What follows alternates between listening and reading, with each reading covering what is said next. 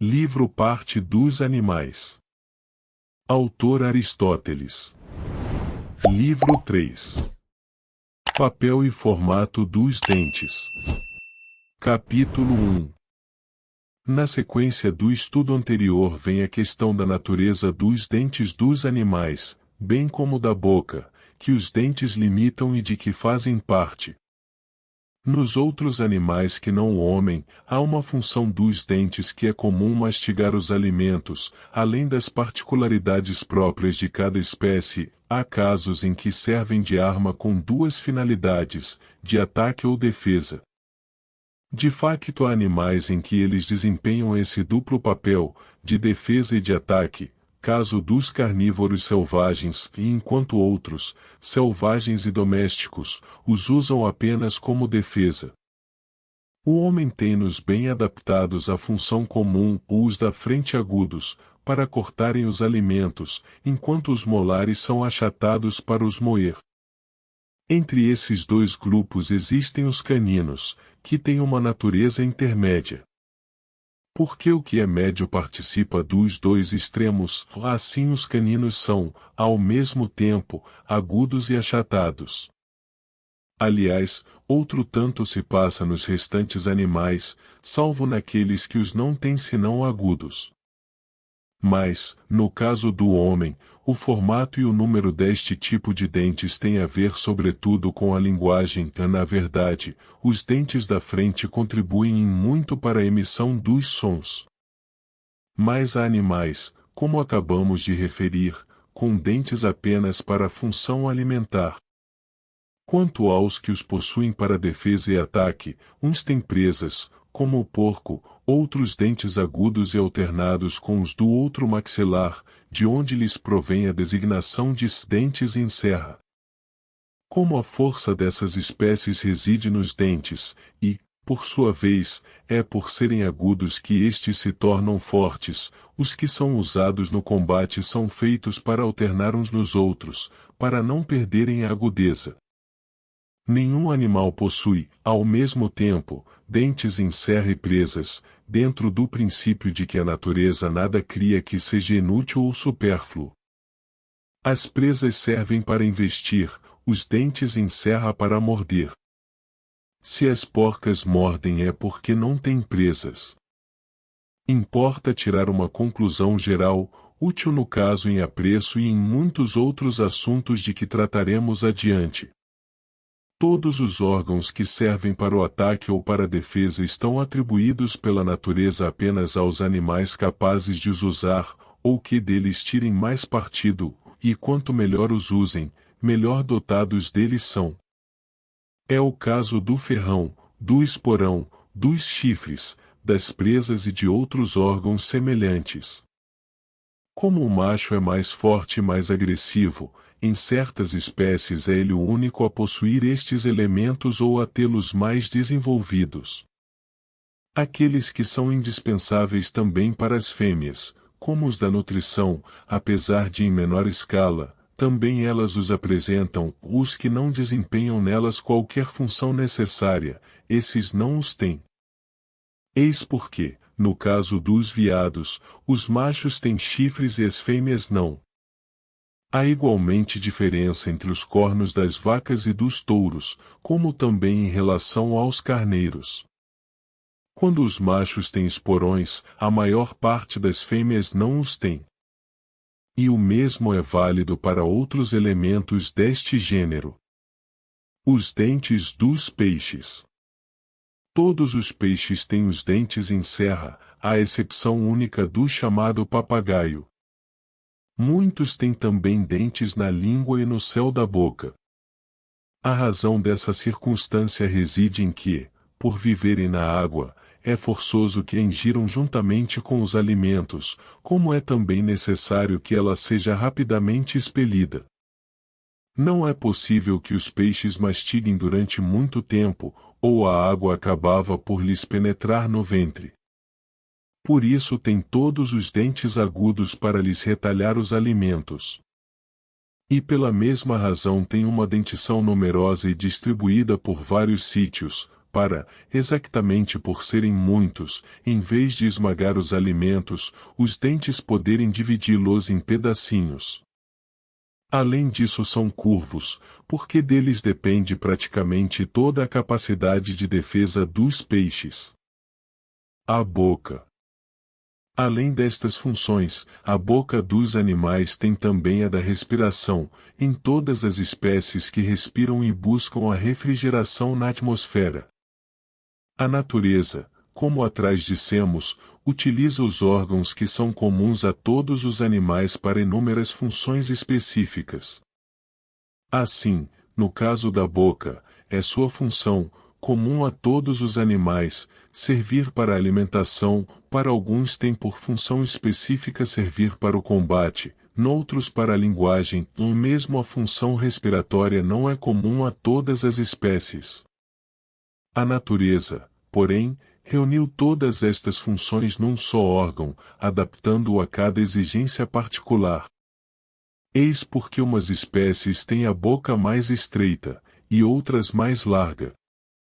Naquelas em que ela tem a função alimentar, respiratória e da linguagem, é mais estreita, ou nas que serve para a defesa, sobretudo na totalidade dos animais com os dentes em serra, é bem rasgada. Como um meio de agressão de que dispõe a morder, é conveniente que a abertura da boca seja larga. Assim podem morder com mais dentes e numa extensão maior, quanto maior for a abertura da boca.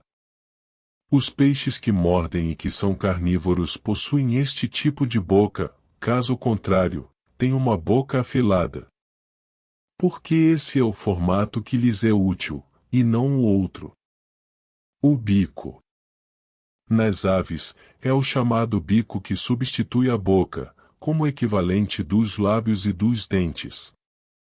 Mas há diferenças consoante a utilidade e o contributo que ele possa trazer à defesa. Assim, as chamadas aves de rapina, por serem carnívoras e não se alimentarem de vegetais, têm todas o bico curvo. Esse é o formato que serve para dominar as presas, por ser mais robusto. Além do bico, usam as garras no ataque e por isso as têm também muito curvas. Em cada uma das outras espécies aladas, o bico é adaptado às condições de vida, ou no pica-pau, por exemplo, é forte e duro, como também nos corvos e espécies afins, nas aves de pequeno porte, é fino, para lhes permitir picar os grãos e apanhar bichinhos. As herbívoras e as que vivem nos pântanos, como as aquáticas e as palmípedes, ora o têm de uma forma ora de outra, ou então é a largura o que o torna adaptado às necessidades, podem, neste caso, facilmente cavar a terra, como acontece, entre os quadrúpedes, com o porco, que também se alimenta de raízes. Por fim as aves que consomem essas mesmas raízes, ou outras com um tipo de vida semelhante, têm a ponta do bico afilada, porque, para as aves herbívoras, este é o tipo de bico mais adequado. A face. Abordamos já, praticamente, todas as partes situadas na cabeça. No ser humano, a zona intermédia entre a cabeça e o pescoço chama-se face, nome que se deve, ao que tudo leva a crer, a função que ela desempenha. É que, por o homem ser o único animal que se mantém erecto, é também o único que olha em frente e que emite, no mesmo sentido, a voz. Os cornos. Capítulo 2. Importa fazer também uma referência aos cornos, já que, nos animais que os exibem, eles se encontram na cabeça. Só os vivíparos os apresentam, embora, por semelhança ou por metáfora, se fale de cornos a respeito de outro tipo de animais. Mas em nenhum desses casos eles desempenham a função que lhes é própria. É para defesa e ataque que os vivíparos os possuem, o que não é o caso para nenhuma daquelas outras espécies a que eles são atribuídos. Nunca estas se servem deles nem para se defender nem para dominar, funções que competem à força. Entre os animais ficípedes, nenhum tem cornos. A razão reside no facto de eles serem um meio de defesa, e de os fissípedes disporem de outros processos para esse fim. A uns a natureza dotou-os de garras, a outros de dentes para o combate, a outros ainda de qualquer elemento capaz de os proteger.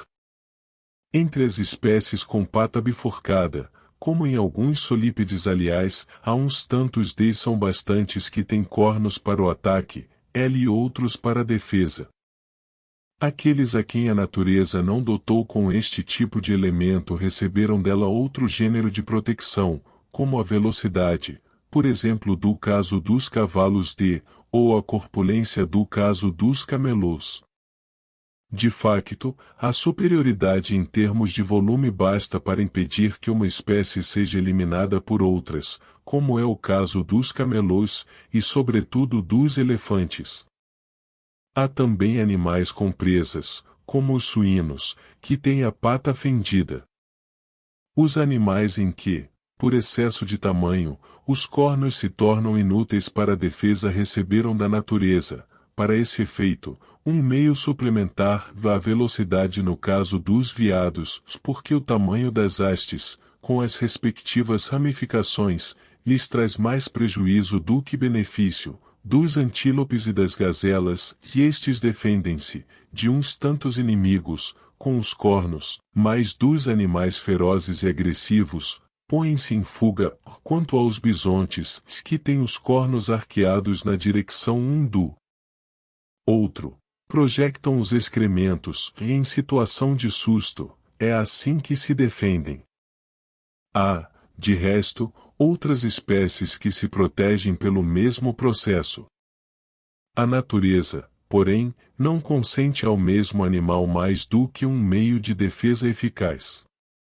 A grande maioria das espécies com cornos tem a pata fendida, há uma apenas que é solípede, o chamado rinoceronte indiano.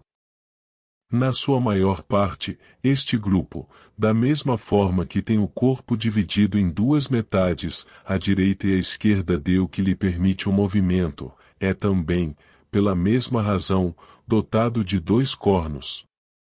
Mas há os com um único corno, caso do óryx e do chamado rinoceronte indiano. No entanto, o óryx tem a pata fendida e o rinoceronte é solípede. Os animais com um só corno têm-no no meio da cabeça. Dessa forma pode dizer-se que cada uma das metades da cabeça tem um corno, por o meio ser comum às duas partes.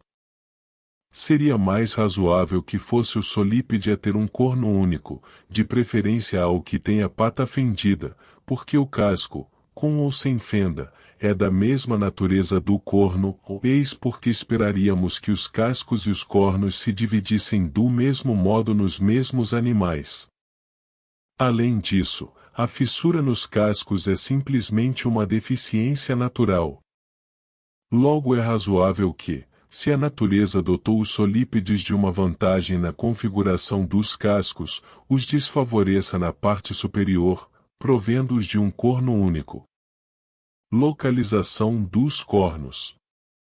É correto também que a natureza tenha implantado os cornos na cabeça, e não como pretendia o Momo de Esopo de que reprova que o touro não tem os cornos no lombo, o que tornaria as marradas mais violentas, mas na cabeça, que é a sua parte mais fraca. É evidente que Momo, ao fazer esta objeção, não ponderou bem as coisas. Porque, se os cornos estivessem no lombo ou em qualquer outra parte do corpo, tornavam-se um peso morto e um obstáculo à atividade do animal. Não basta ter em consideração a parte do corpo que produziria golpes mais violentos, como também qual lhes daria maior alcance. Assim, como estes animais não têm mãos, não podem ter cornos nas patas, ou, se os tivessem nos joelhos, teriam as articulações bloqueadas, o melhor é tê-los mesmo no sítio onde os têm, ou seja, na cabeça. Aliás, é nesse sítio que eles menos prejudicam os movimentos do resto do corpo. Só no veado, os cornos são maciços de ponta a ponta, Como é também este o único animal que os perde, primeiro para se ver aliviado, mas também como consequência necessária do peso. Nos outros animais, os cornos são ocos até um certo ponto, mas as extremidades são maciças, para permitirem golpes mais eficazes. Para que a parte oca se não torne frágil, está implantada na pele e fixa sobre uma sólida placa óssea. Os cornos assim constituídos são não apenas mais úteis para o ataque, como menos incômodos para as outras funções vitais. Relação dos cornos com os ossos. Explicitamos a matéria correspondente à utilidade e natureza dos cornos, e o motivo por que há animais que os têm e outros não. Passemos agora à questão seguinte, sendo a natureza necessária. Como é que a natureza segundo a essência tirou partido do que existe com vista a uma determinada finalidade? Em primeiro lugar, a componente corporal e terrosa é mais abundante nas espécies maiores, como sabemos também que as criaturas muito pequenas não têm cornos, o animal mais pequeno que se conhece com cornos é a gazela.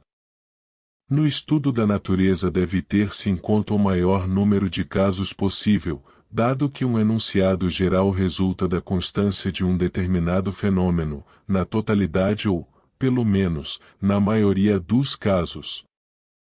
Assim, a componente óssea do organismo dos animais é terrosa e, considerando a pluralidade dos casos, existe em maior quantidade nos seres maiores. Mas é absolutamente claro que, quando este tipo de tecido se apresenta com uma abundância excessiva nos animais de maior dimensão, a natureza se serve dele para finalidades úteis, como a proteção. E como a superabundância deste tecido tende a fluir à parte superior, dele se constituem nuns casos os dentes e as presas, e noutros os cornos.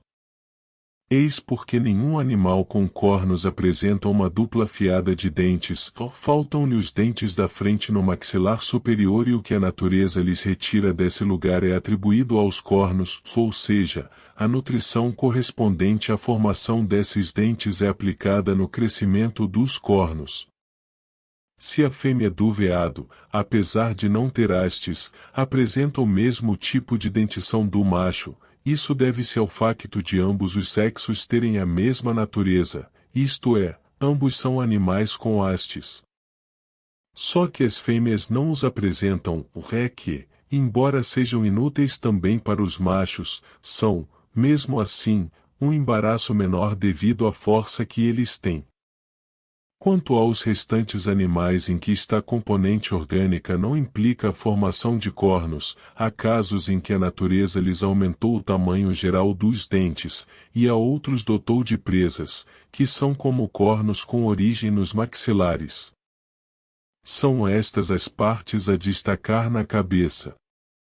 Os órgãos existentes a nível do pescoço. Capítulo 3. Abaixo da cabeça segue-se, nos animais que o exibem, o pescoço.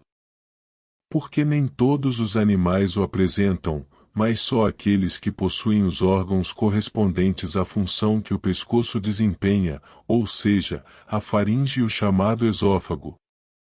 A faringe proporciona a passagem do ar. É através dela que os animais o aspiram e o expulsam, na inspiração e na expiração. Assim as espécies desprovidas de pulmões também não têm pescoço, caso dos peixes. O esôfago, por sua vez, é o canal por onde os alimentos se dirigem até ao estômago. Logo as espécies que não têm pescoço, é evidente que também não possuem esôfago. Este não é, no entanto, um órgão indispensável à nutrição, porque não tem qualquer papel na sua elaboração. Além disso, pode acontecer que o estômago venha na sequência imediata da boca, o que não é possível com os pulmões. Neste caso, tem de haver sempre uma bifurcação a partir de um tubo comum, onde o ar se reparte, através dos canais da traqueia que se bifurcam em dois ramos, até aos brônquios. É por este meio que melhor se produz a inspiração e a expiração. Mas como o órgão respeitante à respiração tem necessariamente de ser longo, é também necessário que o esôfago sirva de ligação entre a boca e o estômago.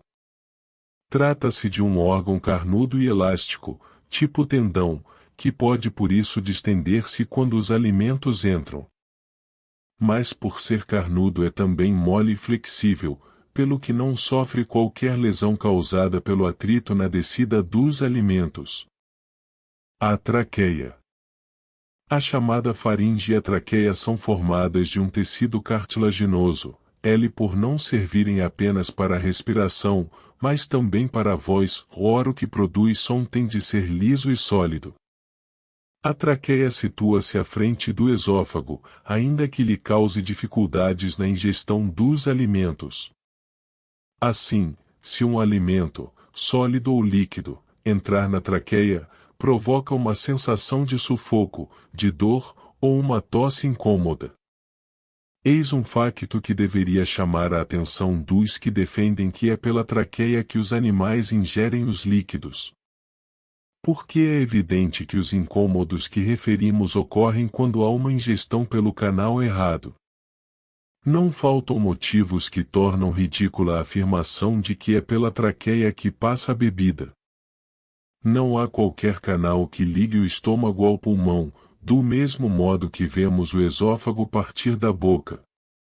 Além disso, no caso dos enjoos e das náuseas, não restam dúvidas sobre a proveniência do vômito.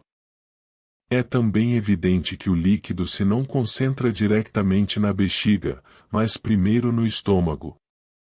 De facto, os resíduos provenientes deste órgão parecem coloridos com borra de vinho e o mesmo acontece com frequência quando há lesões no estômago. Mas é talvez pura perda de tempo avaliar em pormenor teorias tontas. A epiglote. Logo, como dissemos, a traqueia, por estar colocada à frente, pode sofrer com a ingestão dos alimentos. A natureza, porém, para cautelar este risco, forjou a epiglote. Nem todos os vivíparos a possuem, só aqueles que têm pulmão e pelos na pele, e que não são cobertos de escamas nem de penas. Nestes últimos casos, em vez de epiglote, é a faringe que se contrai e se dilata, do mesmo modo que, nos outros, a epiglote baixa e sobe no momento da entrada e saída do ar, e desce durante a passagem dos alimentos, para que nenhuma migalha penetre na traqueia. Se este movimento se não efetuar corretamente, e se respirar ao mesmo tempo que se dá a ingestão dos alimentos, produzem-se acessos de tosse e engasgamento, como atrás se afirmou. Mas o movimento desta membrana e o da língua estão tão bem coordenados que, enquanto se processa a mastigação na boca e a deglutição, poucas vezes a língua desce abaixo dos dentes e raramente alguma coisa escapa para a traqueia. Se os animais a que nos referimos não dispõem de epiglote, é por terem a carne seca e a pele dura, de modo que uma membrana que tivesse feita dessa carne ou dessa pele não teria flexibilidade, ou logo as contracções dos extremos da própria traqueia ocorreriam mais rapidamente do que o movimento da epiglote, tal como a têm os animais com pelos, feita de um tipo de carne próprio. Eis a razão que explica que certos animais a tenham e outros não, e por que é que a natureza remediou a posição inconveniente da traqueia com recurso à chamada epiglote. Posição relativa dos órgãos do pescoço. Por outro lado, é por necessidade que a faringe se encontra diante do esôfago. É que o coração situa-se na parte da frente ao centro e é lá, como dissemos, que reside o princípio da vida, como de todos os movimentos e sensações, porque é na parte dita anterior que se situam a sensação e o movimento. De resto, exatamente esse é o critério que distingue a parte anterior da posterior do corpo. Por sua vez, o pulmão está situado próximo e em volta do coração, e é em função do pulmão e do princípio que reside no coração que a respiração se processa. Ora, nos animais, a respiração faz-se através da traqueia. Em consequência, como o coração é, forçosamente, o primeiro órgão do lado anterior, impõe-se que também a faringe e a traqueia se situem adiante do esôfago. Os dois primeiros canais ligam-se ao pulmão e ao coração, ou o esôfago ao estômago. De resto, é uma regra geral que o que é mais importante ou fundamental se encontre sempre D a menos que outro factor mais relevante se sobreponha a D, considerando a posição em cima ou embaixo, o mais alto possível ou na perspectiva de à frente ou atrás, à frente e entre a direita e a esquerda, à direita. Abordada a questão do pescoço, do esôfago e da traqueia, falemos agora das vísceras. As vísceras. Capítulo 4. Trata-se de órgãos próprios das espécies sanguíneas, há umas que as têm todas, outras não. Das não sanguíneas nenhuma as apresenta.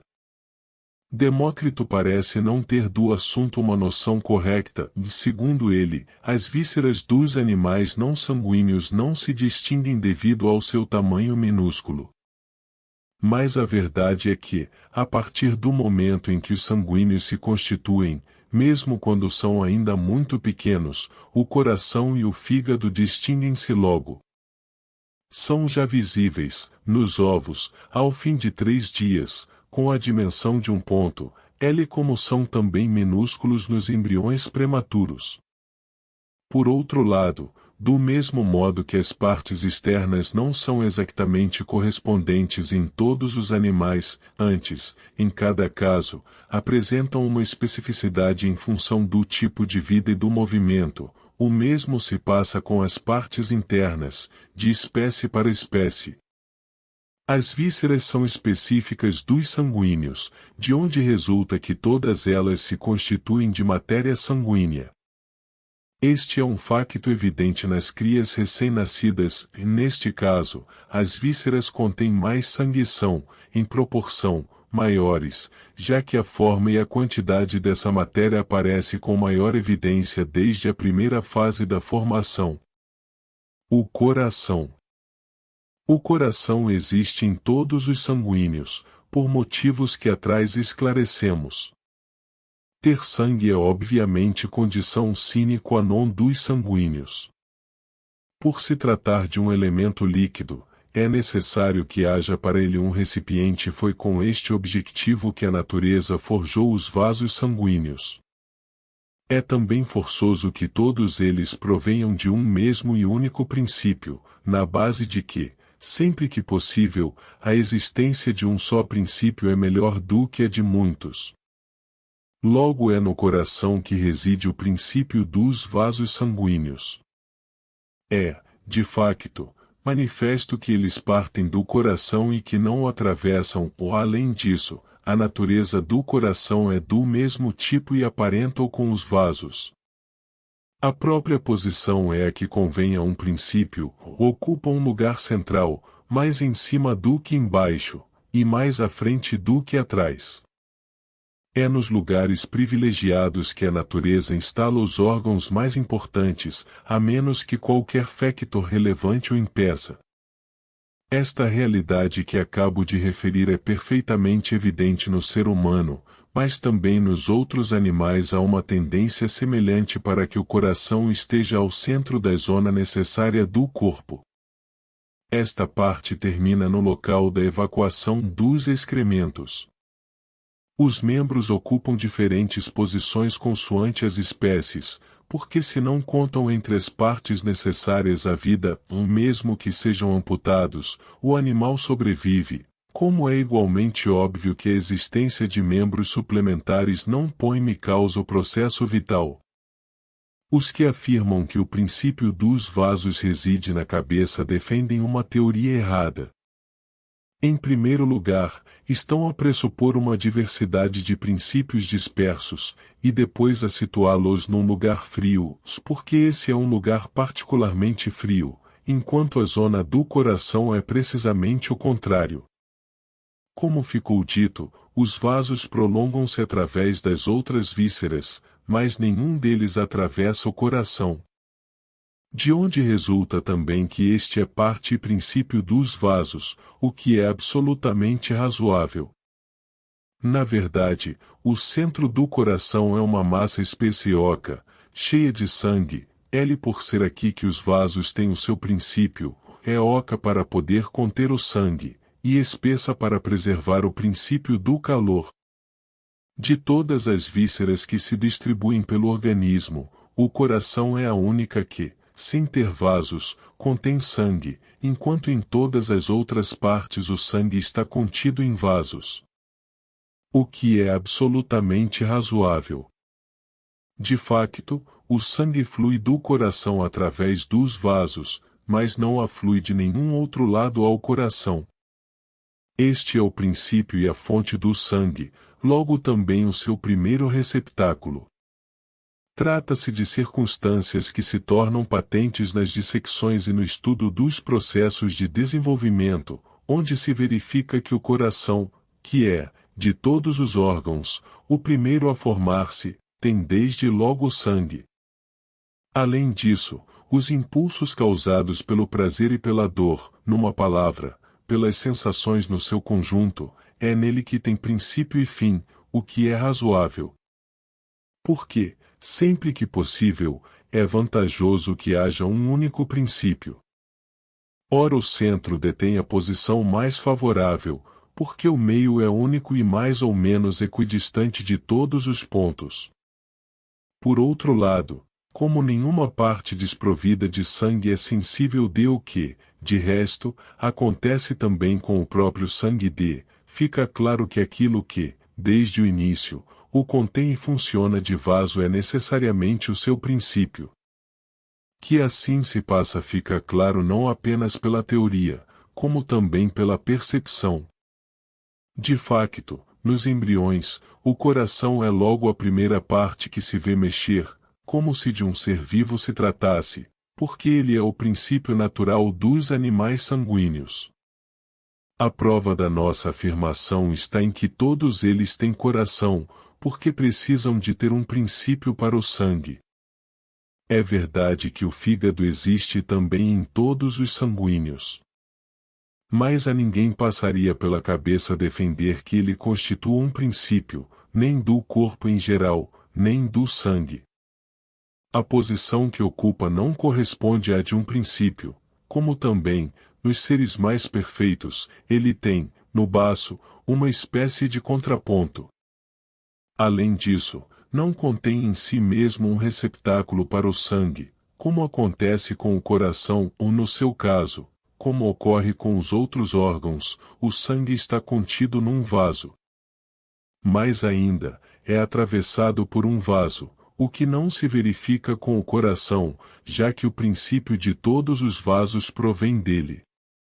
Em conclusão, uma vez que é necessário que o princípio em causa resida num destes dois órgãos, e que ele não está no fígado, é forçoso que seja o coração a desempenhar esse papel. Porque o que define o animal é a sensibilidade, e ela reside em primeiro lugar naquilo que primeiro tem sangue, ou seja, precisamente no coração, é-lhe como princípio do sangue primeiro órgão a contê-lo. Anatomia do coração. A extremidade do coração é pontiaguda e mais dura do que o resto. Este órgão situa-se na direção do peito e está, em geral, na parte anterior do corpo, para não arrefecer. Em todos os animais, o peito é uma parte menos carnuda, em relação com a face posterior, ou logo o calor beneficia da proteção dessa outra parte. O coração encontra-se, nos outros animais, no centro da caixa torácica, mas no ser humano inclina-se ligeiramente para a esquerda, para compensar o arrefecimento desse lado. É que o homem é, de todos os animais, aquele em que o lado esquerdo mais arrefece. Nos peixes, como atrás referimos, o coração está praticamente na mesma posição embora não pareça. Neste caso, tem a ponta virada para a cabeça, ou mais nos peixes, a cabeça fica à frente, porque é na sua direção que se realiza o movimento. O coração possui uma série de tendões, o que é razoável, porque é dele que partem os movimentos, que se produzem por contracção ou distensão. Logo o coração tem de dispor dos meios e da resistência necessários a esta função. O coração assemelha-se, como acima afirmamos, a um ser vivo alojado nas espécies que o possuem. Em todos os animais que observamos é desprovido de ossos, salvo nos cavalos e num certo tipo de bovinos. Nessas espécies, em função do próprio tamanho, existe um osso que lhe serve de suporte, como acontece também em todo o resto do corpo. Nos animais maiores, o coração tem 3 cavidades, nos mais pequenos 2, mas em todos pelo menos uma. A causa já dissemos. É que é necessário haver, no coração, um lugar que sirva de receptáculo ao primeiro sangue, que é no coração que o sangue primeiro se forma foi já suficientemente reiterado.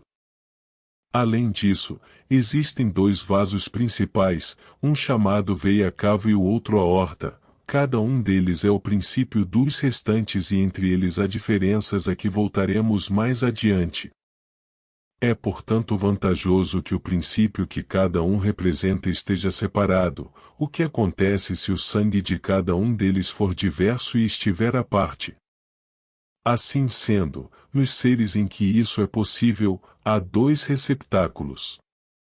É o que se passa com os animais de grande porte, cujo coração é também de grandes dimensões. Mas é ainda melhor que haja 3 cavidades, de modo a que apenas uma delas funcione como princípio comum, ora é a central, a terceira, que constitui esse princípio único. De modo que, nos corações com estas características, é sempre necessária uma certa dimensão, e é por isso que só os corações grandes dispõem de 3 cavidades. A da direita contém maior quantidade de sangue e mais quente, razão porque as partes do corpo situadas desse lado são mais quentes, e a da esquerda tem em menor quantidade mais frio, ou a do meio tem um sangue, em termos de quantidade e de temperatura, intermédio, mas de uma pureza extrema. Porque o princípio deve primar pelo equilíbrio, o que só ocorre se o sangue for puro e moderada a sua quantidade e temperatura. O coração tem também uma espécie de divisória parecida com as suturas. Não se trata de um órgão que resulta da aglomeração de partes diversas, mas antes, como acima dissemos, de um todo articulado. No caso dos animais dotados de maior sensibilidade, esta articulação é mais marcada, e mais disfarçada nos que têm uma sensibilidade mais moderada, como acontece com os porcos. Descrição dos vasos. Capítulo 5. Passemos agora aos vasos sanguíneos, a veia cava e a aorta, que são os que primeiro recebem o sangue vindo do coração e de que os restantes são ramificações. Afirmamos anteriormente que eles existem em função do sangue.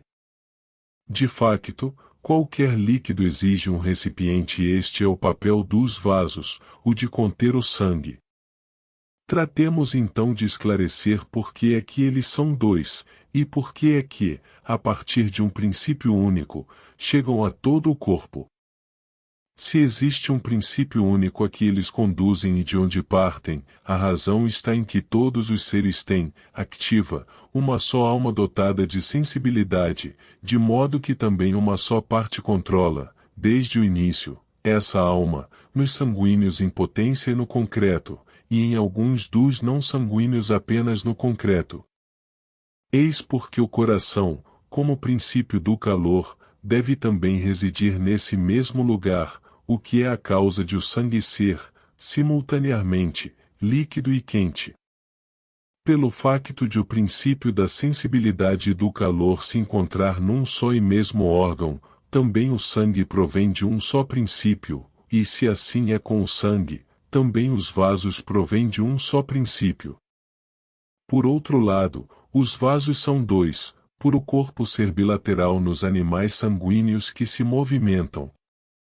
Em todos eles, de facto, se distingue uma parte anterior e outra posterior, uma direita e outra esquerda, uma superior e outra inferior. Quanto mais a parte anterior for relevante e quanto maior capacidade tiver de se sobrepor à posterior, tanto mais a veia cava se sobrepõe à aorta. A veia cava e a aorta. A primeira encontra-se na parte anterior, a outra na posterior, como também em todos os animais sanguíneos aquela é visível, ela e esta nuns tantos é pouco perceptível e noutros mesmo invisível. A razão que justifica a distribuição dos vasos por todo o corpo está em que é o sangue, ou o seu análogo nos animais que o não possuem, que constitui a matéria de todo o organismo, e em que estes fluidos estão contidos nos vasos ou no seu equivalente. Questões relacionadas com a nutrição dos animais, com o tipo de alimentação que consomem, com o modo como assimilam o alimento fornecido pelo estômago, é num tratado relativo à reprodução que devem ser analisados e discutidos. Ora, como as partes do corpo se constituem a partir do sangue de como atrás ficou dito de é razoável que o fluxo que se encontra nos vasos chegue ao corpo inteiro. De facto, é necessário que o sangue atravesse e percorra todo o corpo, se cada uma das partes se forma a partir dele. É assim também que, nos jardins, a rega se faz a partir de um princípio único de a fonte de, através de uma rede de canais que, sem interrupção, se dirigem em diferentes direções, para distribuir a água. Em toda a sua extensão, ou como na construção de uma casa se vão alinhando as pedras sobre o traçado dos alicerces, a fim de que, quanto aos jardins, as plantas cresçam devido à água, e, nas casas, que as fundações assentem sobre essas pedras. Pois foi da mesma maneira que a natureza canalizou o sangue para todo o corpo, de que ele constitui a matéria básica. Este é um facto particularmente evidente quando há um emagrecimento extremo, em que se não vê mais nada que não sejam os vasos. O mesmo acontece com as folhas da vinha, da figueira ou de outras plantas do gênero, ou depois de secas, ficam só as nervuras.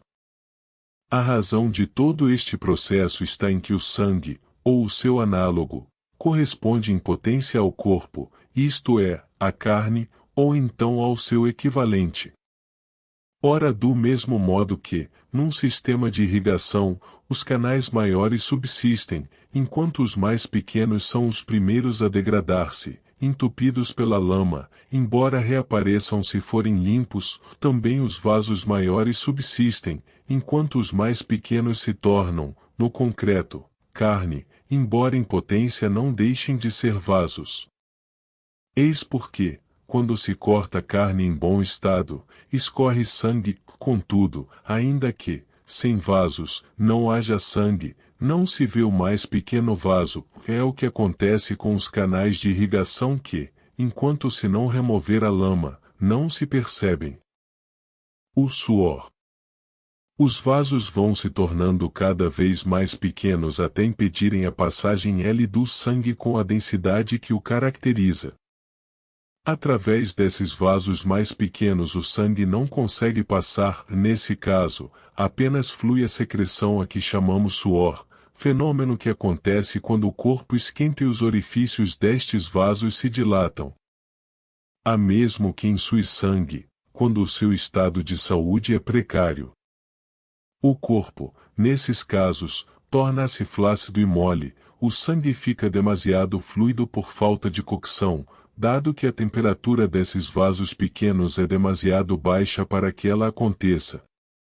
Dissemos já que todos os compostos de terra e água se tornam mais espessos com a cocção, e que o alimento e o sangue fazem parte desse número.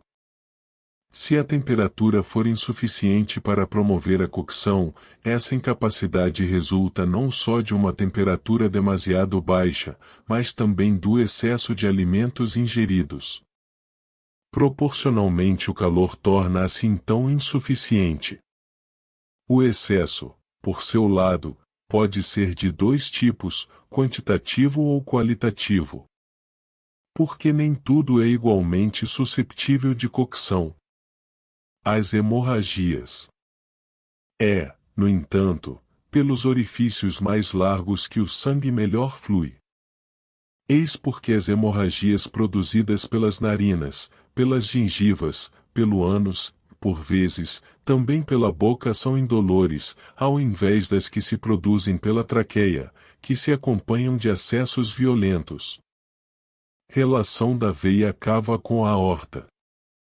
A veia cava e a aorta, que na parte alta estão afastadas e na parte baixa se cruzam, abrangem todo o organismo. Quando atingem a bifurcação dos membros, ramificam-se, a primeira seguindo da frente para trás, a outra no sentido inverso, para depois se reunirem num único vaso. Do mesmo modo que os artefactos encanastrados se tornam mais consistentes, assim também a conexão desses vasos contribui para ligar a parte anterior do corpo à posterior. E outro tanto se diga das partes superiores em relação ao coração.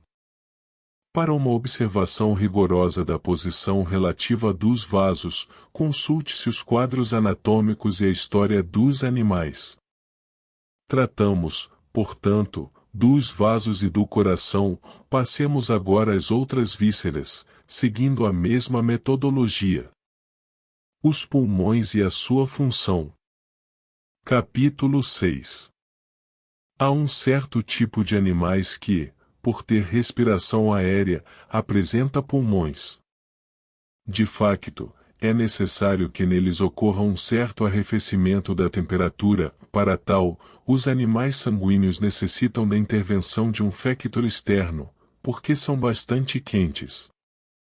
Nos não sanguíneos basta, para os arrefecer, um sopro interno de que naturalmente dispõe.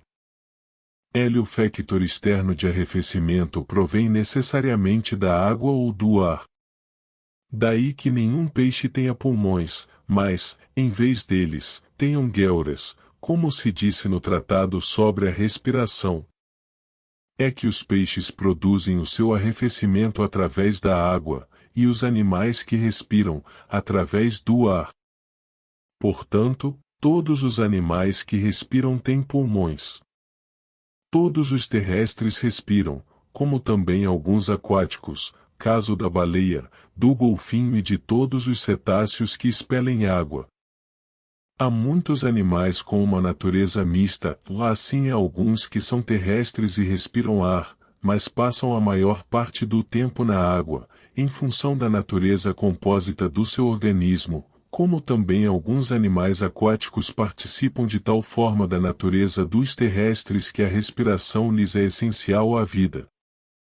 Ora, o pulmão é o órgão da respiração, recebe do coração o princípio do movimento e permite amplamente o acesso ao ar, dada a sua natureza esponjosa e o tamanho que tem. Assim, quando o pulmão se dilata, o ar entra, e quando se contrai, o ar volta a sair. Mas dizer-se que o pulmão amortece as batidas cardíacas é um erro.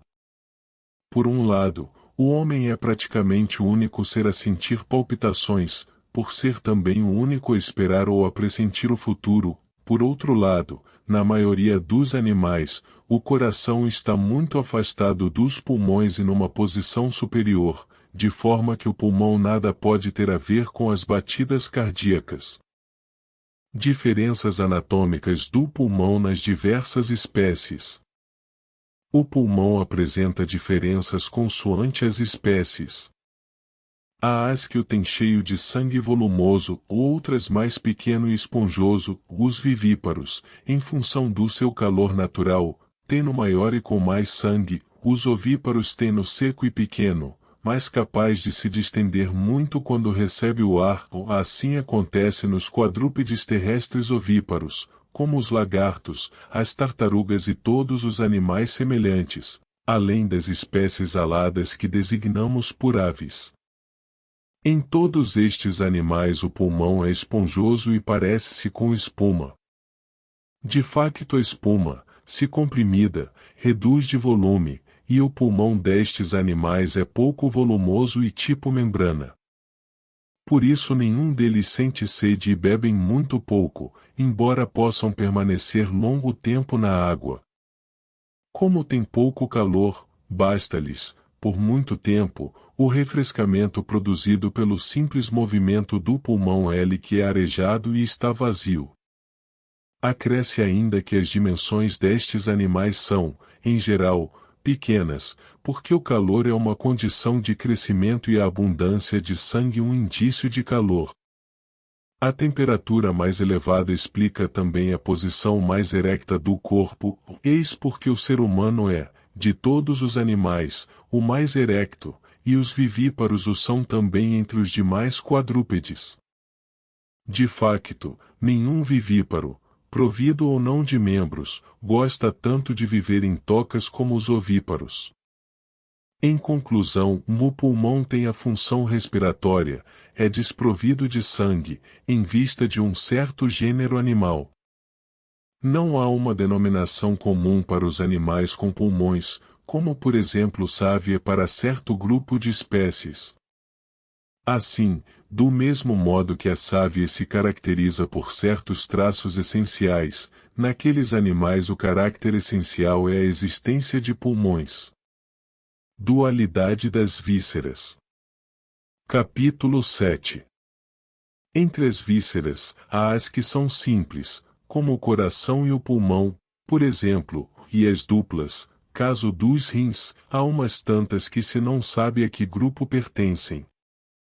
Assim, o fígado e o baço parecem pertencer aos dois modelos, porque ou cada um deles pode considerar-se um órgão simples, ou ambos como dois órgãos em vez de um, mas com uma natureza semelhante. Na realidade, porém, todas as vísceras são duplas. A razão está na estruturação do corpo em duas partes distintas, ainda que sob um princípio de unidade. Pode distinguir-se entre a parte superior e a inferior, a anterior e a posterior, a direita e a esquerda.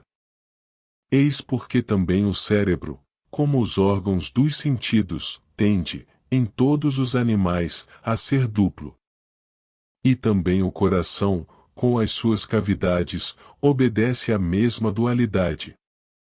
Quanto ao pulmão, no caso dos ovíparos, está tão dividido que poderia fazer crer na existência de dois pulmões. No que se refere aos rins, é patente que são duplos. O fígado e o baço.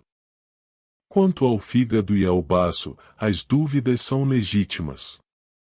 E a razão está no facto de que, nos animais que necessariamente têm baço, ele pode parecer uma espécie de fígado espúrio, enquanto naqueles que o não têm necessariamente, ou o têm de dimensões minúsculas de não mais do que um simples rudimento de, o fígado aparece formado por duas partes distintas, uma situada à direita, e outra, mais reduzida, à esquerda.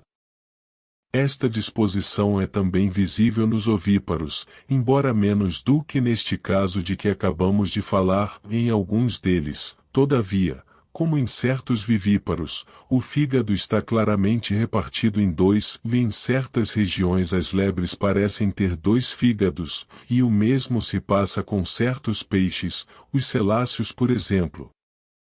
Da posição do fígado mais para a direita L resulta a existência do baço, até certo ponto necessário, ainda que o não seja plenamente em todas as espécies. A causa que justifica a dualidade das vísceras advém, portanto, como atrás dissemos, da existência de uma parte direita e de outra esquerda, com uma relação de semelhança entre si. Do mesmo modo que estes dois órgãos tendem a ter uma natureza próxima ou gêmea, se os dois lados são gêmeos, ainda que constituam um todo único, outro tanto se passa com as vísceras. As que se situam abaixo do diafragma existem todas, de um modo geral, em conexão com os vasos, de forma que estes, que estão soltos, se mantenham ligados ao organismo por intervenção das vísceras. De facto, os vasos são como âncoras lançados pelo corpo, através das partes que por ele se estendem, ou seja, da veia cava seguem até ao fígado e ao baço. Faz parte da natureza destas vísceras funcionarem como uma espécie de pregos que fixam a veia cava ao corpo, melhor dizendo, fígado e baço ligam a veia cava aos flancos, porque é somente dela que partem os vasos que vão ter a estas vísceras. Na parte posterior, são os rins que desempenham a mesma função. Aos rins chega, a cada um deles, um vaso proveniente não apenas da veia cava como também da aorta. É este o modo como, por ação das vísceras, se procede à coesão dos animais. O fígado e o baço participam na digestão, porque estando cheios de sangue, são naturalmente quentes. Os rins, por sua vez, participam na formação do resíduo segregado pela bexiga. Recordemos que o coração e o fígado são indispensáveis a todos os animais. O primeiro, por ser o princípio do calor, tem de haver, de facto, uma espécie de estufa, onde se conserva a chama que alimenta a natureza, estufa que deve estar bem protegida por ser uma espécie de fortaleza do corpo. O fígado participa na digestão. Todas as espécies sanguíneas necessitam destas duas vísceras, e por isso são elas as únicas permanentes em todas as espécies. Os seres que respiram dispõem também de uma terceira, o pulmão. É por uma necessidade meramente acidental que o baço existe nas espécies que o possuem, como também as excreções produzidas no ventre e na região da bexiga. Daí que ele tenha uma dimensão reduzida em determinados grupos, caso de certos alados que têm o ventre quente, o pombo comum, o falcão, o milhafre, como também os quadrúpedes ovíparos que o têm minúsculo, e boa parte das espécies com escamas. Estes são animais igualmente desprovidos de bexiga, porque as excreções são neles filtradas através das carnes, que são porosas, e convertem-se em penas ou escamas. É o baço que expele do ventre os fluidos excedentários, e, por ser sanguíneo, pode promover-lhes a cocção. Se a secreção for abundante ou o baço pouco quente, o estado de saúde deteriora-se por excesso de nutrição. Devido então ao refluxo do fluido para o ventre, este endurece em muitos animais com mau funcionamento do baço, como também naqueles que segregam demasiada urina graças à retenção dos fluidos. Pelo contrário, nos animais em que se produz um fluxo escasso, de caso das aves e dos peixes, o baço ou é pequeno, ou não passa mesmo de um vestígio. Nos quadrúpedes ovíparos, o baço é reduzido, compacto, semelhante a um rim, por terem um pulmão esponjoso e beberem pouco, neles o fluido supérfluo transforma-se em escamas, ou, no caso das aves, em penas. Em contrapartida, nos animais dotados de bexiga e com o pulmão cheio de sangue, o baço é úmido, pela razão já aduzida, e também porque naturalmente as partes situadas à esquerda são, em geral, mais úmidas e mais frias. Na verdade, todos os opostos fazem parte de um sistema duplo, organizado em dicotomia, ou seja, direita oposta à esquerda, e quente a frio. Neste conjunto há classes que alinham na mesma série, como já indicamos. Os rins. Os rins não existem, nos animais que os exibem, por necessidade, mas em vista de um melhor funcionamento orgânico, ou seja, de acordo com a sua natureza, intervém sobre a secreção que se acumula na bexiga, nos animais em que esse resíduo é realmente abundante, de modo a facilitar-lhe o trabalho. Dado que, nos animais, rins e bexiga cooperam numa mesma função, importa abordar agora a bexiga, apesar de se introduzir uma alteração na ordem em que as diversas partes se sucedem. De facto, passamos por cima do diafragma, embora ele se situe na região das vísceras. A bexiga. Capítulo 8. Nem todos os animais têm bexiga, e dá a ideia de que a natureza apenas a concede às espécies com um pulmão dotado de sangue, o que aliás faz sentido. Assim, em função da superabundância desse elemento natural que apresentam neste órgão, são estes os animais que mais sede sentem e necessitam por isso não só de uma alimentação sólida, mas também, e em maior quantidade, de líquidos. Como consequência inevitável segregam um fluido mais abundante e em quantidade excessiva para ser digerido pelo estômago e evacuado juntamente com as excreções que lhe são próprias. Logo torna-se necessário que haja, para esse fluido, um receptáculo à parte. Daí resulta que todas as espécies dotadas deste tipo de pulmão têm bexiga. Aquelas em que o pulmão é esponjoso e que, por isso, bebem pouco, ou que, de um modo geral, absorvem os líquidos não como bebida, mas como alimento, caso dos insectos e dos peixes, e, mais ainda, que são cobertas de penas, de escamas ou de uma carapaça, essas não apresentam bexiga, em primeiro lugar, devido à escassez de líquido que absorvem, depois porque o excedente dessa secreção resulta naqueles tegumentos. Entre os animais dotados de carapaça, a tartaruga constitui uma exceção. O porquê da existência de bexiga nas tartarugas. Este é um exemplo único de uma imperfeição natural. A razão da anomalia está em que as tartarugas marinhas têm o pulmão carnudo e sanguíneo, parecido com o do boi, enquanto as terrestres o têm de um volume desproporcionado. Mais ainda, como estão envolvidas por uma espécie de concha espessa, que não permite a evaporação da umidade através das carnes porosas como acontece nas aves, nas serpentes e nas outras espécies com escamas forma-se-lhes um depósito tal que cria naturalmente a necessidade de que nelas exista um recipiente para o receber. Eis o motivo por que as tartarugas são os únicos animais deste tipo providos de bexiga, que é grande no tipo marinho e minúscula no terrestre. Os rins. Capítulo 9. O mesmo se passa com os rins. Nenhum animal com penas, com escamas ou com carapaços apresenta, exceção feita da tartaruga marinha e terrestre. No entanto, em certas aves, como se o músculo destinado aos rins não tivesse um lugar próprio e se dispersasse em muitos sentidos, os rins são extensos. O cágado não tem bexiga nem rins, como apresenta uma carapaça mole, a umidade evapora-se facilmente. Essa a causa porque este tipo de animal não tem nenhum desses dois órgãos. Nos restantes seres que exibem, como afirmamos, o pulmão sanguíneo, em todos existem rins. Ela a natureza usa ao mesmo tempo para fixar os vasos e para a segregação do excremento líquido. Há de facto um canal que vem da veia cava até aos rins. Todos os rins apresentam uma cavidade, maior ou menor, exceto os da foca. Estes são semelhantes aos dos bovinos, e os mais rijos que existem.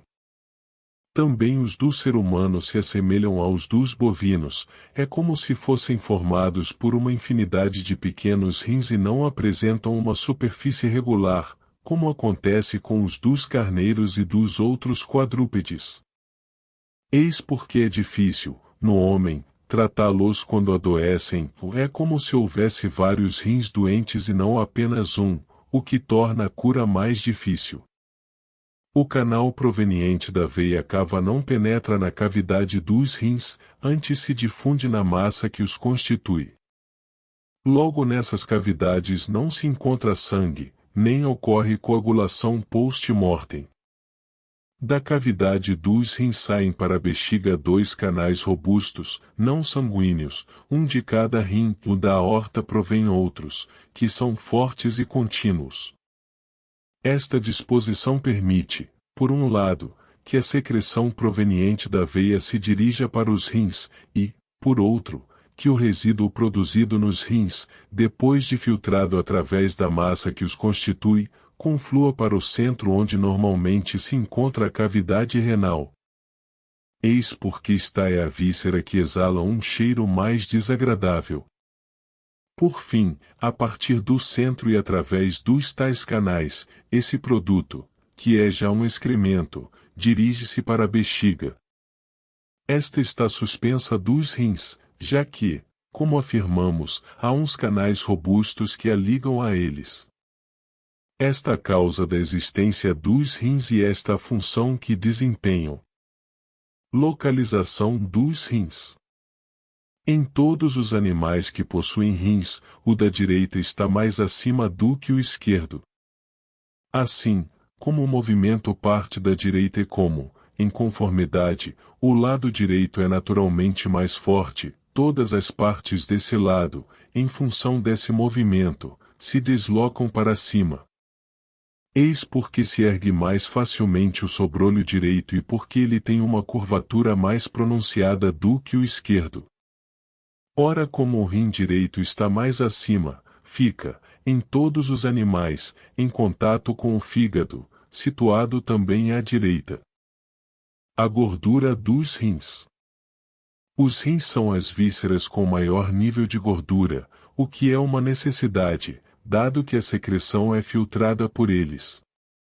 Ou seja, o sangue que resta depois da filtragem, por ser puro, passa por uma cocção fácil, e uma boa cocção do sangue conduz à formação de gordura ou de sebo. Da mesma maneira que, da combustão de matérias sólidas, na cinza por exemplo, permanecem algumas brasas, também dos fluidos sujeitos à cocção subsiste uma parcela do calor produzido. Eis porque a gordura é leve e flutua à superfície dos líquidos. Contudo, não é propriamente nos rins que se forma a gordura, por se tratar de vísceras compactas, ou antes se lhes deposita em volta. Nos animais que têm gordura, o outro tanto se passa com o sebo, nos animais que o possuem. A diferença que distingue gordura e sebo foi já tratada antes, num outro contexto. Essa a razão por que os rins se tornam necessariamente gordos, graças às características dos animais dotados de rins, mas também com a finalidade de os preservar e de lhes manter o calor natural. Graças à posição periférica que ocupam, maior é a carência que os rins têm de calor. De facto, se as costas são carnudas, de modo a proteger as vísceras que cercam o coração, a anca não o é, porque os pontos de flexão são, em todos os animais, pouco carnudos. Em vez de carne, é portanto a gordura que serve de proteção aos rins. Além disso, graças à gordura que possuem, os rins são mais aptos para a decomposição e cocção do fluido. De facto, a gordura é quente e o calor produz a cocção. Eis a causa da gordura que neles existe, sendo que, em todas as espécies, no direito ela tem um teor mais baixo. Isto porque as partes direitas são naturalmente mais secas e flexíveis, ora o movimento é contrário à gordura e fala a derreter. Daí ser vantajoso, para todos os animais, que os rins estejam rodeados de gordura, muitas vezes por completo. Pelo contrário, os carneiros, quando esta circunstância se produz, não resistem. Mas em geral, mesmo que a gordura se lhes acumule nos rins, há sempre um bocado a descoberto, se não nos dois, pelo menos no direito. A razão pela qual desta circunstância resulta, para os carneiros, a morte, sendo eles os únicos animais ou praticamente os únicos em que tal acontece, está em que, nos animais com gordura, ela é fluida, de modo que essa zona tende a estar menos protegida e a sofrer perturbações. Aí reside o motivo da gangrena, é também por isso que, nas pessoas que sofrem dos rins, apesar da vantagem de haver gordura nestas vísceras, se a acumularem em excesso, se produzem cólicas que podem ser fatais. Nas espécies L com sebo, este é menos compacto do que nos carneiros. Porque esta é a espécie que mais rapidamente acumula gordura em volta dos rins. Assim, quando o fluido e os gases lhes ficam retidos, a gangrena em pouco tempo os vitima. É que, através da aorta e da veia cava, a afecção atinge-lhes o coração, já que os canais que ligam estes vasos aos rins são contínuos. Ficaram tratadas as questões relativas ao coração, pulmões, fígado, baço e rins. O diafragma. Capítulo 10. Acontece que estes dois grupos de vísceras são separados pelo diafragma. Há quem lhe chame centrofrênico, e isola o pulmão e o coração. Nos animais sanguíneos, o diafragma é chamado, como acabamos de dizer, centrofrênico. Todos os sanguíneos o possuem, da mesma forma que possuem coração e fígado.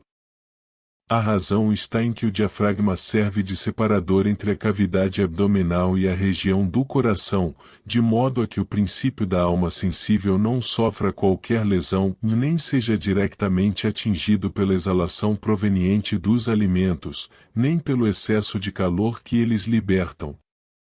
Foi com esse objetivo que a natureza criou uma separação, fazendo do diafragma uma espécie de parede ou barreira, de modo a isolar uma parte nobre de outra menos nobre, em todas as espécies em que é possível separar uma parte superior de uma inferior. Na superior situa-se aquilo em vista de que as restantes partes existem, logo o que é mais importante, a inferior existe em função da de cima, e é indispensável, por ser ela que recebe os alimentos. Na proximidade das costelas, o diafragma é mais carnudo e mais forte, ao centro, mais membranoso, constituição essa que lhe confere maior resistência e elasticidade. Que há, para a defesa contra o calor da parte inferior, elementos adventícios, é o que provam os próprios factos.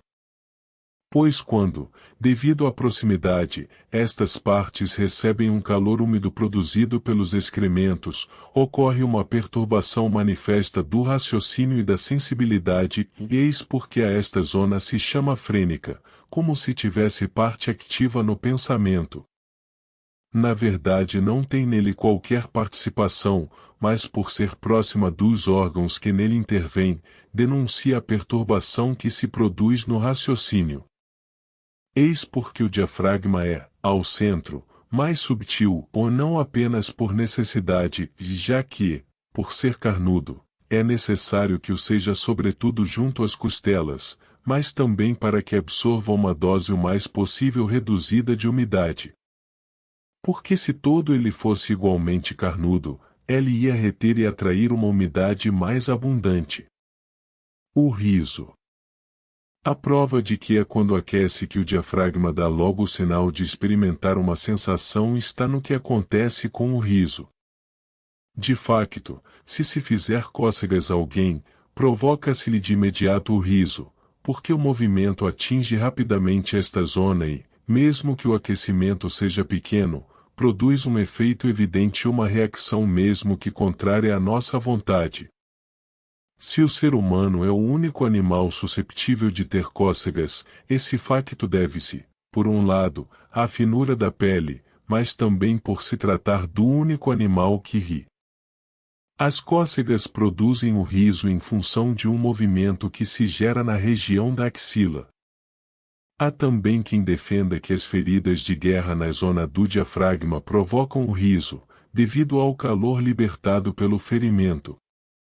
Esta é uma circunstância que, por ser transmitida por gente credível, é mais verossímil do que aquela outra história de que uma cabeça humana, separada do corpo, continuava a falar.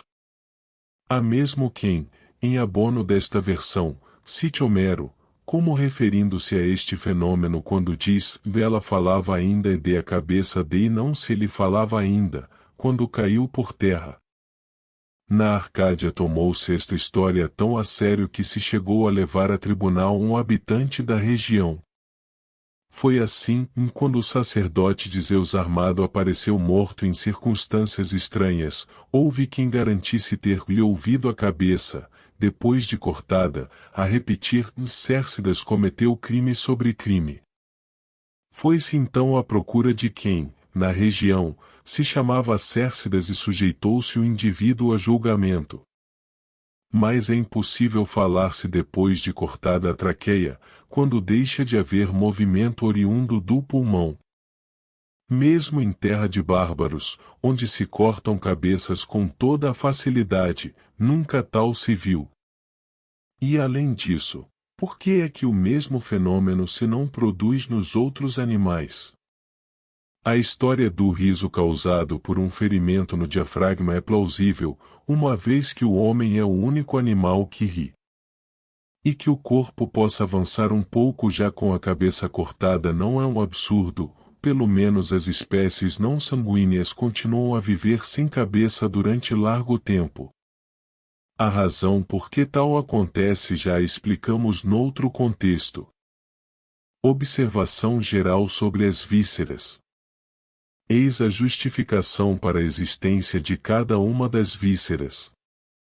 É necessário também que elas se encontrem nas extremidades interiores dos vasos, é que a necessidade de que deles provenha um fluido, sanguíneo, ele que se condensa e modela de modo a formar a estrutura das vísceras.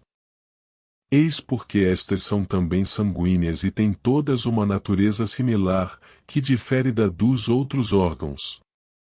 As membranas protectoras das vísceras. Capítulo 11.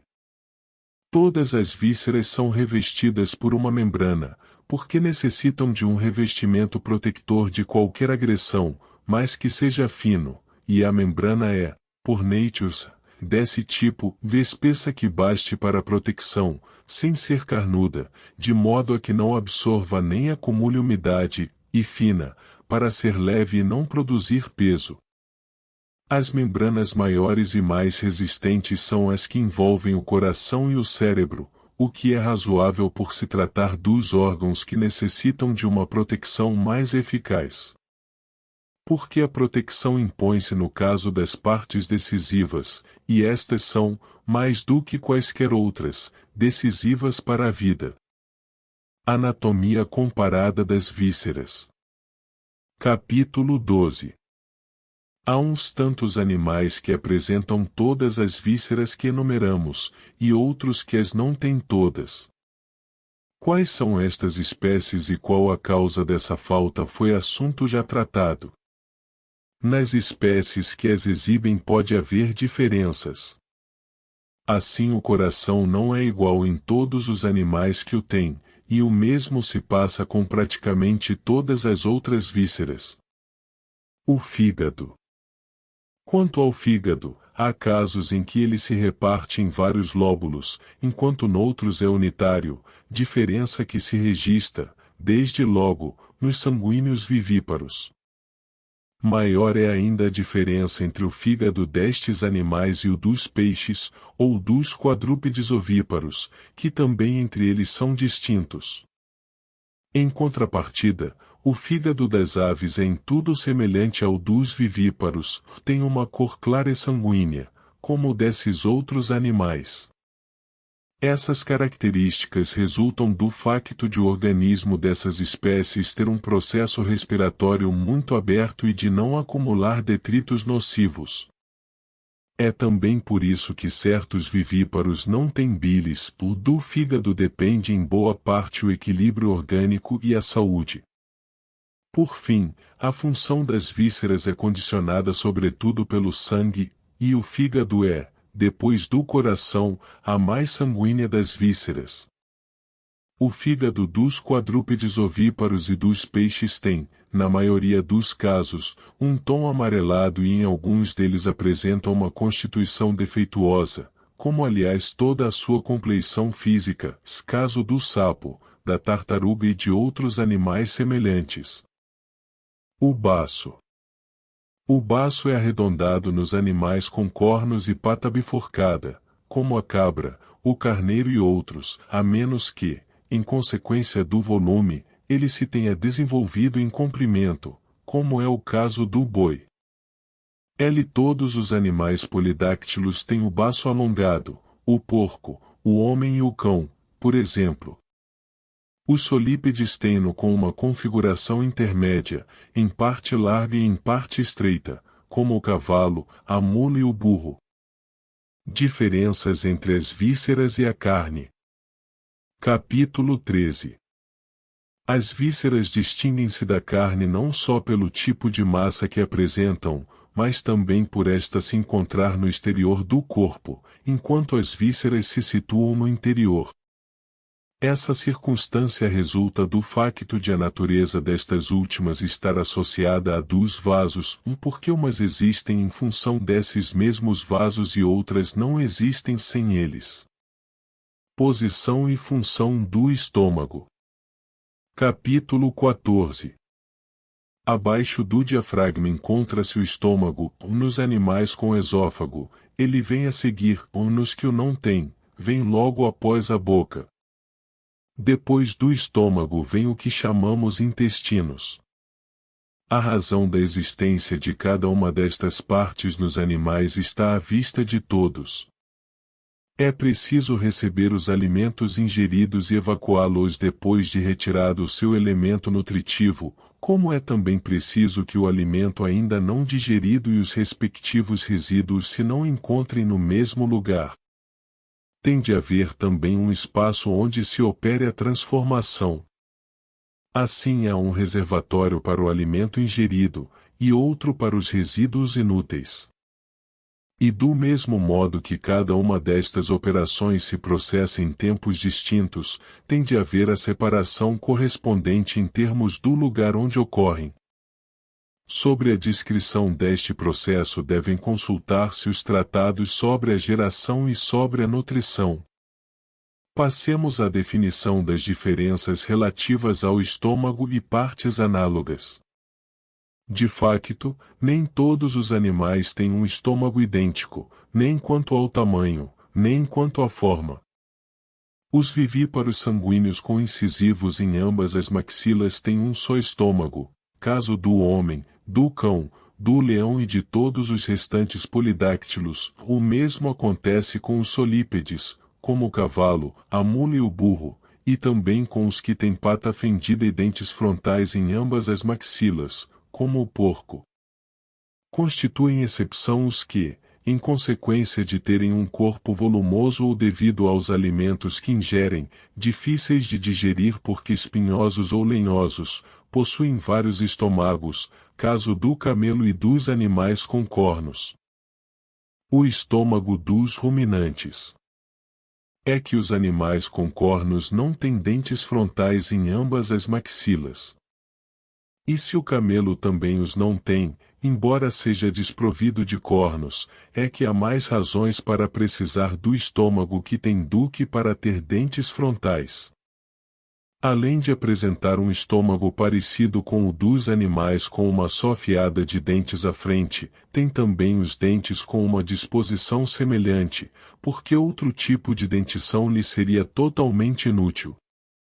Ao mesmo tempo, como faz uma alimentação à base de plantas espinhosas, e tem de ter uma língua carnuda, a natureza reforçou-lhe a resistência do palato com a componente terrosa que corresponderia aos dentes.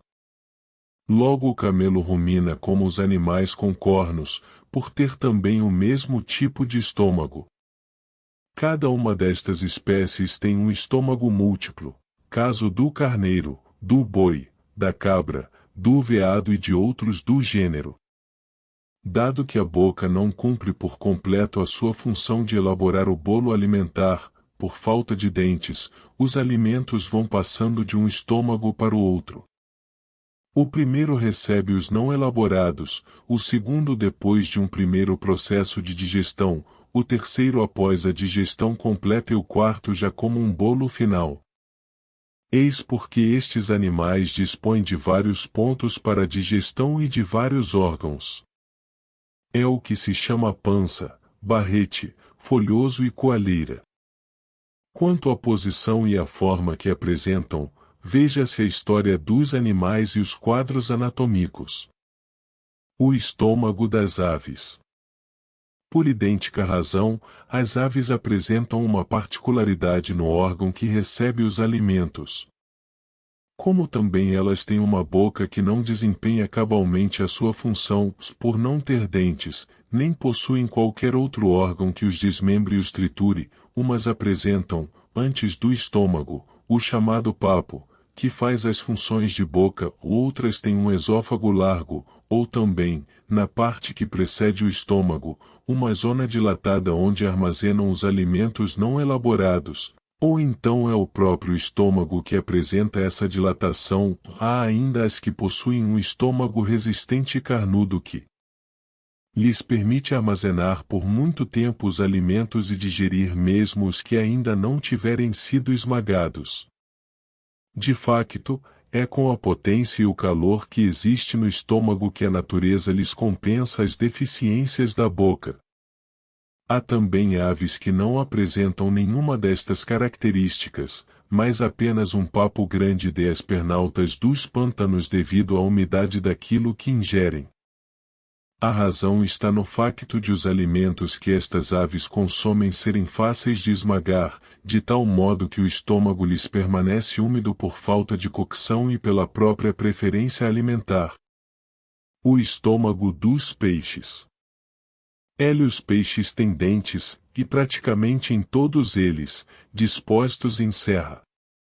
De facto, poucas são as exceções, como o chamado papagaio, que, exatamente por esta razão, parece ser também de como é natural de o único peixe que rumina, logo, também os animais com cornos, que não tenham dentes frontais nas duas maxilas, ruminam. Todos os peixes os têm afilados, de modo a poderem mastigar, ainda que de um modo incompleto, por lhes não ser possível dedicar a esta operação o tempo necessário. Como também não têm dentes chatos, logo não conseguem moer os alimentos. Mas se os tivessem, não lhes serviam para nada. Quanto ao esôfago, há uns que não têm nada parecido, e outros que o têm curto. Para facilitar a digestão, uns têm o estômago semelhante ao das aves e carnudo, caso da tainha, e enquanto a maioria apresenta, junto ao estômago, uns apêndices espessos onde armazenam os alimentos, como em reservatórios sucessivos, para depois os decompor e digerir. Estes apêndices são, no entanto, nos peixes o contrário dos que as aves apresentam, ou seja, os peixes têm-nos em cima, junto ao estômago, enquanto as aves, se os têm, os apresentam embaixo, na extremidade dos intestinos. Há também uns tantos vivíparos que têm este último tipo de apêndices nos intestinos, situados, pela mesma razão, na parte inferior. Todos os peixes sem exceção, devido à imperfeição do aparelho digestivo, que permite a passagem dos alimentos sem promover a cocção, são vorazes, como acontece também com as espécies que possuem intestinos rectos. Uma vez que o trânsito dos alimentos é rápido e por isso a sensação de saciedade é precária, necessariamente o apetite volta depressa. Os animais com dentes frontais em ambas as maxilas, como referimos acima, têm um estômago pequeno. Entram, em geral, em duas categorias, uns que têm o estômago semelhante ao do cão, e outros ao do porco. Este último é maior e apresenta umas saliências de alguma dimensão, de modo a que a cocção dure mais tempo. O do cão é de tamanho pequeno, não muito maior do que os intestinos e liso no interior. As diversas partes dos intestinos. A seguir ao estômago, em todos os animais, vêm os intestinos. Trata-se de um órgão que, como o estômago, apresenta uma grande variedade. Há casos em que os intestinos são simples, e se distenderem, uniformes, enquanto noutras situações são variáveis. Assim, numas espécies, os intestinos são mais largos na zona que confina com o estômago e mais estreitos no outro extremo, daí os cães terem dificuldade em evacuar os excrementos sólidos, ou na maioria, eles são mais estreitos em cima e mais largos no extremo. Os dos animais com cornos são maiores e com inúmeras pregas. As dimensões mais amplas do estômago e dos intestinos, nestes casos, devem-se ao próprio volume, porque, por assim dizer, Todos os animais com cornos são corpulentos, devido à elaboração completa dos alimentos. Nas espécies que não têm os intestinos rectos, este é um órgão que se vai alargando aos poucos. São animais que apresentam o chamado cólon, e a seguir uma parte volumosa do intestino que forma o seco. A partir desse ponto, os intestinos tornam-se de novo estreitos e com mais circunvoluções. Por fim, a esta zona segue-se, em linha recta, o ponto de saída dos excrementos, é o que se chama ânus, que nuns casos é adiposo, e noutros desprovido de gordura. A evacuação dos excrementos. Todas estas partes foram naturalmente concebidas de modo a permitir as operações essenciais à nutrição e à evacuação dos excrementos. À medida que os resíduos avançam e vão descendo, o espaço torna-se mais largo, há então uma paragem nesse trânsito, para que se produza a transformação. É o que se passa nos animais que ingerem mais alimentos e que precisam de uma alimentação mais abundante, devido ao tamanho e à temperatura abdominal. Daí para frente, do mesmo modo que, à saída do estômago, aparece uma região dos intestinos que é mais apertada, outro tanto se passa depois do cólon e da parte mais larga do intestino grosso, surge então, depois de perdida toda a umidade pela componente alimentar, uma parte mais estreita e com circunvoluções. A natureza dispõe assim de uma intervenção reguladora, para impedir que a evacuação dos excrementos se faça toda de uma vez. Os animais com uma alimentação mais sóbria não apresentam, neste órgão, uma dilatação no baixo ventre, mas circunvoluções e uns intestinos que não são rectos. Essa amplitude provoca sofreguidão, enquanto a configuração recta causa o reaparecimento rápido do apetite. Logo todas as espécies com receptáculos simples ou amplos são vorazes, umas capazes de engolir em quantidade, outras com necessidade de estar sempre a comer. Dado que, na parte alta, os alimentos acabados de engolir são ainda necessariamente suculentos, e que, mais abaixo, se transformaram já em excrementos desprovidos de umidade, é forçoso que haja uma zona intermédia onde se produza a transformação, isto é, onde o elemento líquido se perca sem haver ainda matéria fecal. O jejuno. É por esse motivo que todos estes animais possuem, no intestino delgado, a seguir ao estômago, o chamado jejuno. Esta é, portanto, uma parte situada entre a zona alta, onde os alimentos não foram ainda digeridos, e a baixa, onde se acumulam os resíduos inúteis. O jejuno existe em todos os animais, ele mais apenas se percebe nos de grandes dimensões, e só se estiverem em jejum, não depois de terem comido. Assim, no primeiro caso, registra-se um espaço entre as duas zonas do intestino, ou depois da ingestão de alimentos, o tempo de transformação é curto. Nas fêmeas, o jejuno situa-se algures na parte alta dos intestinos, nos machos, fica antes do seco e do baixo ventre. O coalho. Capítulo 15. Todos os animais com estômago múltiplo têm o chamado coalho, como também a lebre, entre as espécies com um único estômago. Os animais de estômago múltiplo e com coalho não o têm na pança, nem no barrete, nem na última bolsa que é a coalheira, tendo entre esta última e as duas primeiras, no que se chama o folhoso. Todos estes animais têm coalho devido à espessura do leite que produzem. Pelo contrário, os animais com um único estômago não o apresentam, por terem um leite delgado. O leite das espécies com cornos coalha, o das que os não têm não. Se a lebre também tem coalho é por roer ervas que possuem um suco semelhante ao da figueira. É esse suco que produz a coagulação do leite no ventre das crias. Foi esclarecido nos problemas por que é que o coalho se produz no folhoso dos animais com estômago múltiplo. Parabéns por chegar até o final deste audiolivro. Nós gostaríamos que você compartilhasse o seu saber conosco, escrevendo nos comentários do vídeo sobre os assuntos abordados no livro, para podermos debater ideias, insights e sugestões. Se você gostou do livro, deixe seu like e inscreva-se no nosso canal para não perder nenhum audiolivro. Obrigado por fazer parte da nossa comunidade.